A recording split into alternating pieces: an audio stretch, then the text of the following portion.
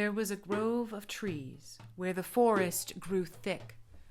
The trees had stood there for as long as anyone could remember, their roots intertwined so that nothing could affect one without affecting them all. They were known to the inhabitants of the forest, the four-leggeds and those who fly, as the Old Ones. In the middle of the Old Ones stood the oldest of them all, taller and broader than the others. If one stood beneath it, one could not see where its crown touched Father Sky, and the smaller trees grew around its roots in the safety of its vastness. It was called the Ancient One, for it had known the Creator longest of all. It was to this grove that the creatures of the forest and the plains, the four-leggeds and those who fly, gathered for council. Each had sent one speaker, the oldest and wisest of its kind. Snow fell thick on the familiar paths, and each arrived in silence, waiting with the patience of those who have seen much. When the circle was complete, they stood listening to their hearts. The first to speak was the whooping crane. They have lost their way. There is no pattern to their journey. Then the deer mouse added softly, They have lost their purpose. They do not gather seeds. They do not know who they are. The bull buffalo dropped his head low and said, They take more than they need and give nothing back. They do not give away. The eagle added her view. They cannot see long distance. They keep more than they can eat while others are hungry. They no longer know that they are connected. Then Fox, his sleek coat blending in with the surroundings, spoke. They do not know they are beautiful. They decorate themselves with stones and hide their spirits. The old beaver pondered sadly. They think power is what they can hold on to. They say, "This is mine," and build lodges too large so they themselves will appear big. Next, Bear's deep voice answered.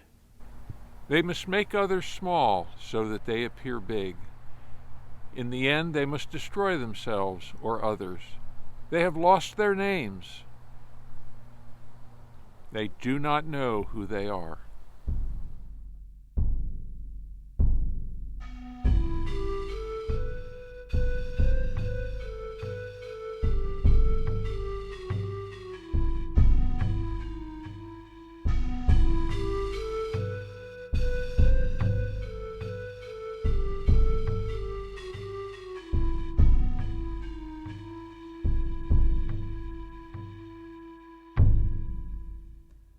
Grandfather Turtle, who was the last to arrive, made his way slowly to the center of the council.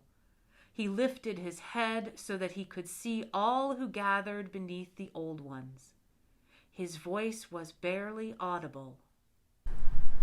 We must give away ourselves to them. We must speak to them with soft voices. And we must remind them of who they are. He paused, lowering his head into his shell. Then suddenly he lifted his head as high as his neck would allow, and said with certainty, I will give them my shell. I will come with no protection, and they can use my shell to adorn themselves. Around the circle, the council was silent. The wind did not blow through the trees. Not a single branch on the Old Ones fluttered. The forest was still as Grandfather Turtle began his walk back to the empty spot in the circle. After a time, the whooping crane began slowly. I will teach them the patterns of life. I will remind them of the seasons. Deer Mouse was quick to chime in.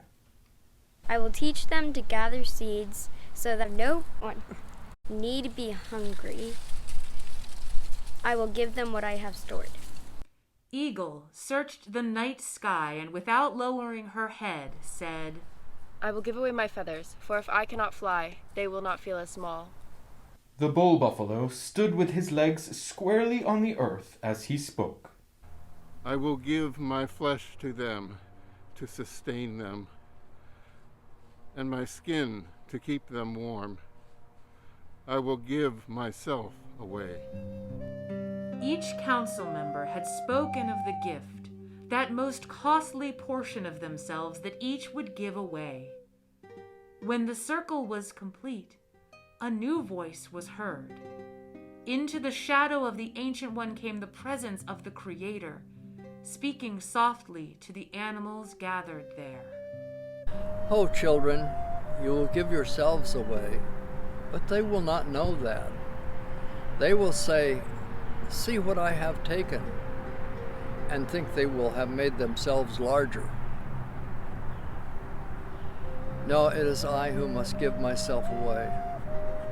I must give away my protection and come vulnerable to their lodges.